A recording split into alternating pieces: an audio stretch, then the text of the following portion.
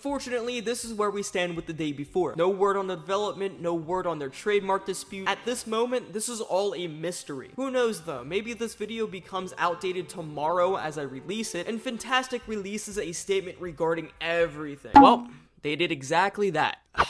God damn it all. Alright, how's it going everybody? So for a while now, ever since the beginning of the year, I've been keeping track of this one game called The Day Before that has essentially been confusing and outraging almost everybody. This game has had multiple delays since 2021, controversies regarding a lack of content, allegations of the game copying other games, and much more. But for a couple months now, we've received absolutely no word about how, or even if, this game was going to be released on the plan of November 10th, 2023. Mostly because of the trademark dispute surrounding developers Fntastic and a Korean calendar company called The Day Before Incorporated. But as of November 1st, 2023, Fntastic finally broke their silence regarding the dispute, with them actually winning the case. So that means the Day Before name is here to stay, with Day World potentially being another Mytona game. On top of that, they've also released the final trailer for The Day Before to build back some hype and to tell players that they are, in fact, still making this game. And after the release of the trailer, it seems like fans are more or less mixed on how everything looks to be. There were some pretty good things that at least I saw from the trailer, as well as there were some pretty bad things that were also showcased, and on top of that, there was yet another delay for the release of the game. So with that, I just want to give my quick thoughts on what I liked, what I did not like, and what I'm expecting upon the release of The Day Before. So let's just jump right into it. The first major thing that piqued my interest when watching the trailer is the community of survivors that you start out in and try to build up. This is Woodbury.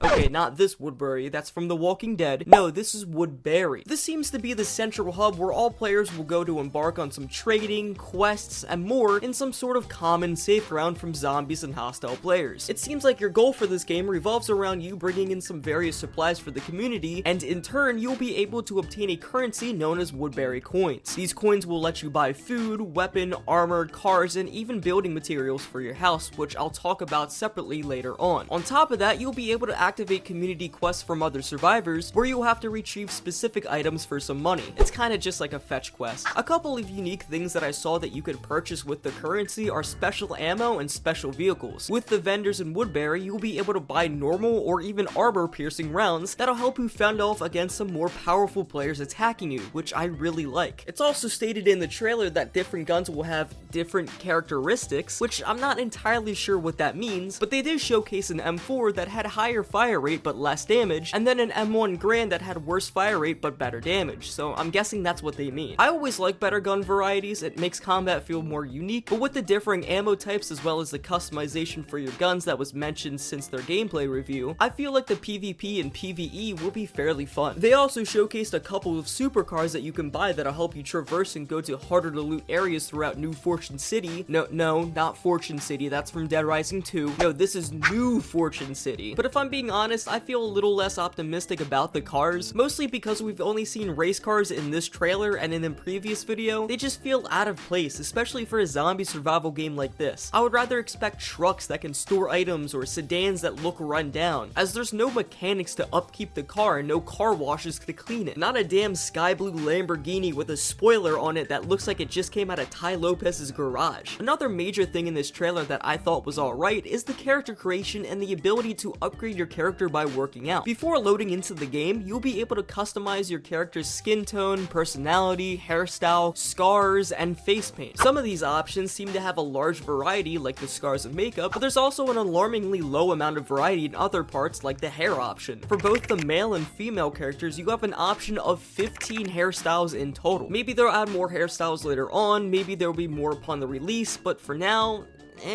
The character build-up is a lot cooler though, as it seems like you'll be able to work out in a gym in Woodbury to improve your fitness, and to relax at a spa to give you maybe some sort of buff when working out. I love features like this. I'm a huge fan of another zombie survival game called Project Zomboid, and they do the fitness leveling up pretty well, with it majorly affecting how your character will act against zombies, so hopefully The Day Before does something similar to that. I'm also thinking that if there's a way to improve your fitness, there's probably like a skill tree or something to improve your character overall, and if there is, is a skill tree that'll make this game feel a lot more dynamic. A little side note here, but I also noticed that during the PvP combat in this trailer, you'll be able to knock down hostile enemies before killing them. This gives the option of reviving friends or having yourself revived, which is honestly so much better than just dying outright and having to spend all that time getting back to where you died if you and your friends have already cleared out the danger. The final major thing that I noticed in the trailer, which I really did not like, is your house. So as you play the game, you'll be given access to a ranch where you'll be able to upgrade and eventually call it your home. You'll most likely be able to store any valuables in here as well as Woodbury itself, and on top of that, with the Woodbury coins, you'll be able to purchase different types of furniture to even liven up the place. And I think that's a pretty bad direction to go. I feel like giving everyone access to a second safe place away from the zombies and other players will very much limit how many times people will go out into the city and for how long. I would much rather enjoy the ability to build up maybe like a temporary base that you and your friends can hunker down within the city if you aren't able to make it back to Woodbury. You'll then too have the option to find other people's bases and raid them for better loot at a higher risk, and that's something I just do not see in this ranch feature. Also, if you're able to keep items in Woodbury and buy stuff there, then there isn't really any reason for you to go to your ranch unless you want to flex and give a cool house tour like how every cancerous YouTuber did in 2017. But then the concept of buying furniture puts me off as well, as it leads me to believe that there isn't a possibility of going out to the city to get stuff for your house. From what we saw, the only way to get items for your ranch is by buying them with coins. There's not even a way to build up more unique furniture through different materials that you find throughout the world. So why would I want to spend coins on basically just vanity items for a practically useless ranch if I can instead purchase items that'll help my character survive in the zombie apocalypse, like a bulletproof vest? Now, after this trailer dropped, we also received information about where the day before will be released, how much it will be, and even another delay on when it will come out. At the very end of the trailer, the game received yet another pushback, this time being 5 weeks for it to be released on December 7th of 2023 as early access on Steam only. Hopefully this is the final time that the day before receives a delay, as there's no other trademark dispute, and there seems to be an actual game being showcased in this trailer. But even if the game does release on December 7th of 2023, I don't really know how I feel about it being on an early access state. It's kind of worrying me. I don't know why, but nowadays a lot of developers will release a game at early access with it being the most unfinished and bare-bone game that you could possibly imagine. It really feels like early access is just an excuse to release a game to the public for a set price, so I'm pretty iffy on the day one launch. Fntastic claims that when released, the game will only cost $39.99 to play, and after 6 to 8 months of more development, it'll be released in a full version across all consoles with a $10 price increase. But knowing Fntastic and their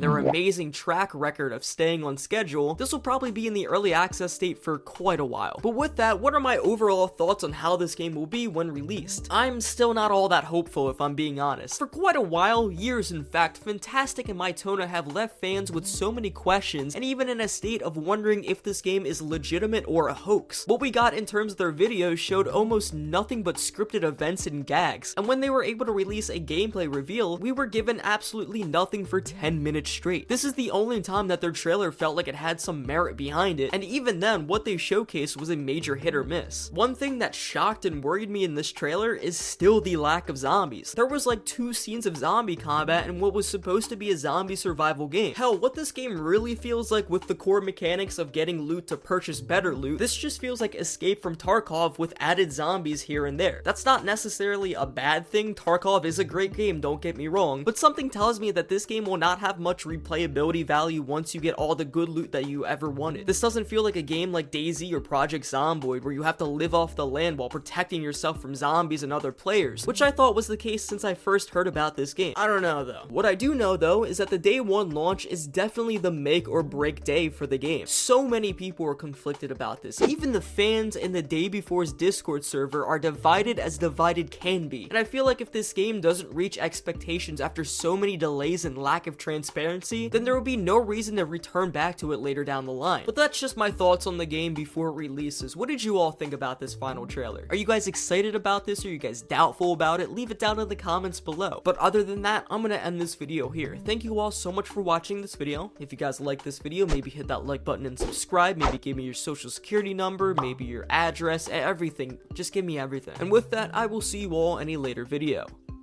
Bye for now.